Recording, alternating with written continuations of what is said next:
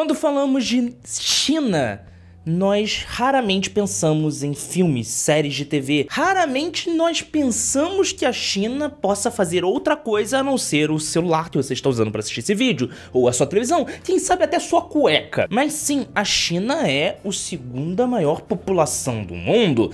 A China é a segunda maior economia do mundo. A China é rica em muitas questões culturais e técnicas e também em produção audiovisual. Bem, eu fui convidado para assistir um ano de China Zone aqui no Brasil, que, se você não conhece, é um serviço de streaming gratuito que passa séries e filmes chineses. E lá eles passaram o primeiro episódio, que inclusive já está disponível gratuitamente no China Zone, da série O Problema dos Três Corpos, ou Os Três Corpos, simplesmente, The Three Body Problems, que é uma série, inclusive, que vai estrear na Netflix em 2024 e que já está lá para você assistir ter um gostinho disso. Mas bem, eu assisti o primeiro episódio, eu refleti sobre o assunto, dei uma estudada e eu quero comentar algumas coisas sobre audiovisual, China, os três corpos e algumas coisas depois da vinheta e, é claro, do seu like. Então já deixa aqui o seu like, vai, deixa aqui o like e vamos pra vinheta. A indústria audiovisual da China, ela é uma indústria interna. Muitos dos filmes e séries que são produzidos na China raramente saem da China, eles ficam lá para o público de lá. E isso é algo que acontece em vários países do mundo. A Argentina produz muito material que fica na Argentina. A Índia produz muito material que fica na Índia. A Nigéria produz muito material que fica na Nigéria. São raros os filmes que quebram a bolha e se espalham mundialmente. E isso se dá devido ao monopólio, podemos dizer assim, da indústria norte-americana, a indústria de Hollywood. E nós precisamos entender isso porque cinema, audiovisual é propaganda. Então, vamos tentar entender pensamento. No final da Primeira Guerra Mundial, os Estados Unidos queriam mostrar a superioridade do consumo e também a sua superioridade cultural e moral para as pessoas. E Hollywood caiu como uma luva. Durante muitos anos, entre o final da Primeira Guerra Mundial e o início da Segunda Guerra Mundial, os filmes dos Estados Unidos eram muito mais focados em mostrar como o consumo de produtos te dá liberdade, como ser um cidadão americano é educado, tem valores morais mais bem definidos, como ele é um ser superior aos outros. E isso se expande muito mais após a Segunda Guerra Mundial, porque as pessoas que começaram a produzir filmes e foram criadas com os resquícios dessa geração anterior. E os Estados Unidos nunca escondeu o seu investimento na indústria televisiva, na indústria audiovisual. Tanto que existem departamentos governamentais focados em ajudar a produzir filmes nos Estados Unidos. E não, eu não estou falando que é algo como a Ancine aqui no Brasil, é algo muito maior. Isso cabe um tema à parte num outro vídeo. O ponto é, com isso chegando nos Estados Unidos, com os Estados Unidos chegando a essa indústria, mostrando essa visão, outros países que produziam conteúdo tiveram não que se esconder, mas que se adaptar. Porque agora eles estavam convivendo com um titã, que são os Estados Unidos, mostrando que o estilo deles é o estilo verdadeiro, o estilo certo, o ser bom. Então, vamos pegar a Índia como exemplo, não vou entrar na China ainda, vamos pegar a Índia como exemplo, começou a criar sua produção interna. Basicamente, olha, os Estados Unidos estão falando isso, mas, pô, vale a pena ter orgulho de ser indiano. Vale a pena de valorizar nossa cultura, nossas tradições. É bom ser um indiano.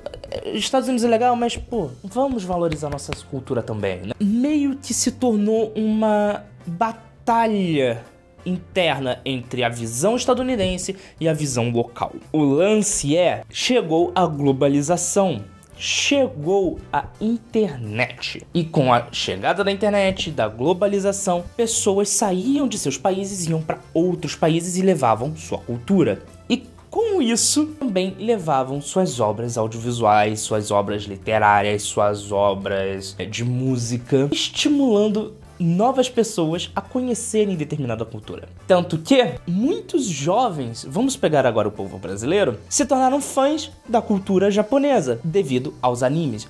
Os jovens assistem os animes, gostam daquilo que vem, começam a pesquisar sobre o anime, começam a pesquisar sobre a cultura, começam a ler outras obras, começam a escutar outras músicas, começam a estudar sobre a cultura e acabam aprendendo japonês, acabam decidindo viajar pro Japão, consumindo coisas do Japão, e isso acaba estimulando o turismo japonês. E aí a Coreia faz a mesma coisa e dá certo.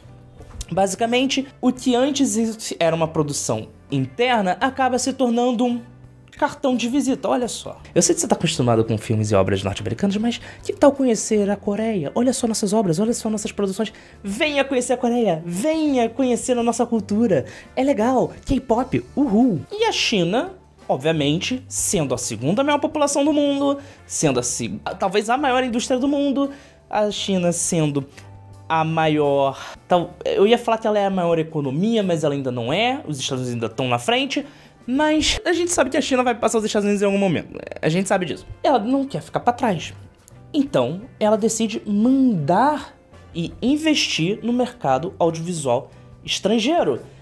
E assim nós temos duas forças. A força da China querendo mostrar sua cultura e a Netflix, um serviço de streaming que quer expandir seu território, quer chegar e conseguir novos assinantes.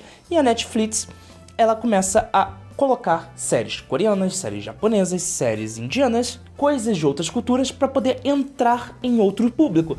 E é claro, se um dos maiores públicos do mundo é a China, como não trazer a China para cá? O problema é que cada país, cada povo, cada cultura tem a sua linguagem, a sua forma de contar histórias e a sua forma de contar cinema.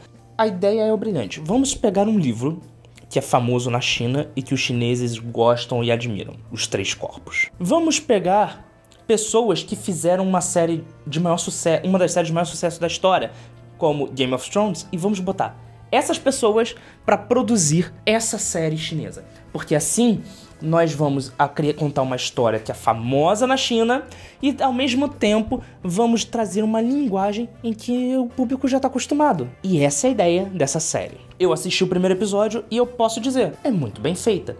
No primeiro episódio nós temos uma fotografia que é muito mais tradicional em séries norte-americanas do que em séries chinesas. Nós temos uma história, sim, a história é a história ali do livro e ela te atiça e te cativa desde o primeiro momento. Afinal de contas, vários cientistas famosos no mundo decidem da noite pro dia e um detetive nem um pouco ortodoxo começa a investigar o caso. Você tem os atores muito bem atuando muito bem, mas não no estilo americano, no estilo atuação chinesa. Então você tem uma obra que mistura duas formas de linguagem, duas formas culturais, duas formas de se contar a história em uma coisa só. Isso me chamou a atenção. Isso eu achei interessante. Isso parece ser algo novo. Eu sei que é uma propaganda cultural pra China. Eu sei que é uma propaganda cultural que a Netflix está usando pra ganhar mais dinheiro. Eu sei, eu não sou bobo. Mas a história é boa. Pelo menos no primeiro episódio, não posso dizer da série inteira. E aí fica aquela pergunta. Eu gostei do primeiro episódio. O primeiro episódio já está disponível na CB Media. Eu acho que eles vão lançar o segundo e o terceiro episódio também lá. Talvez até a série inteira, não sei.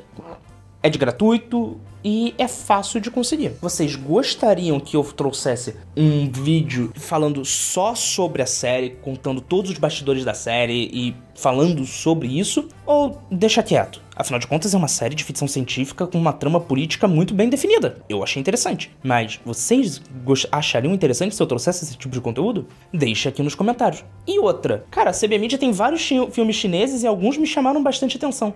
Vocês gostariam que eu trouxesse reviews de filmes chineses aqui pro canal? Deixe aqui nos comentários e vamos conversar. Bem, tem 2 vídeos aparecendo aqui na sua tela. Um forte abraço e tchau!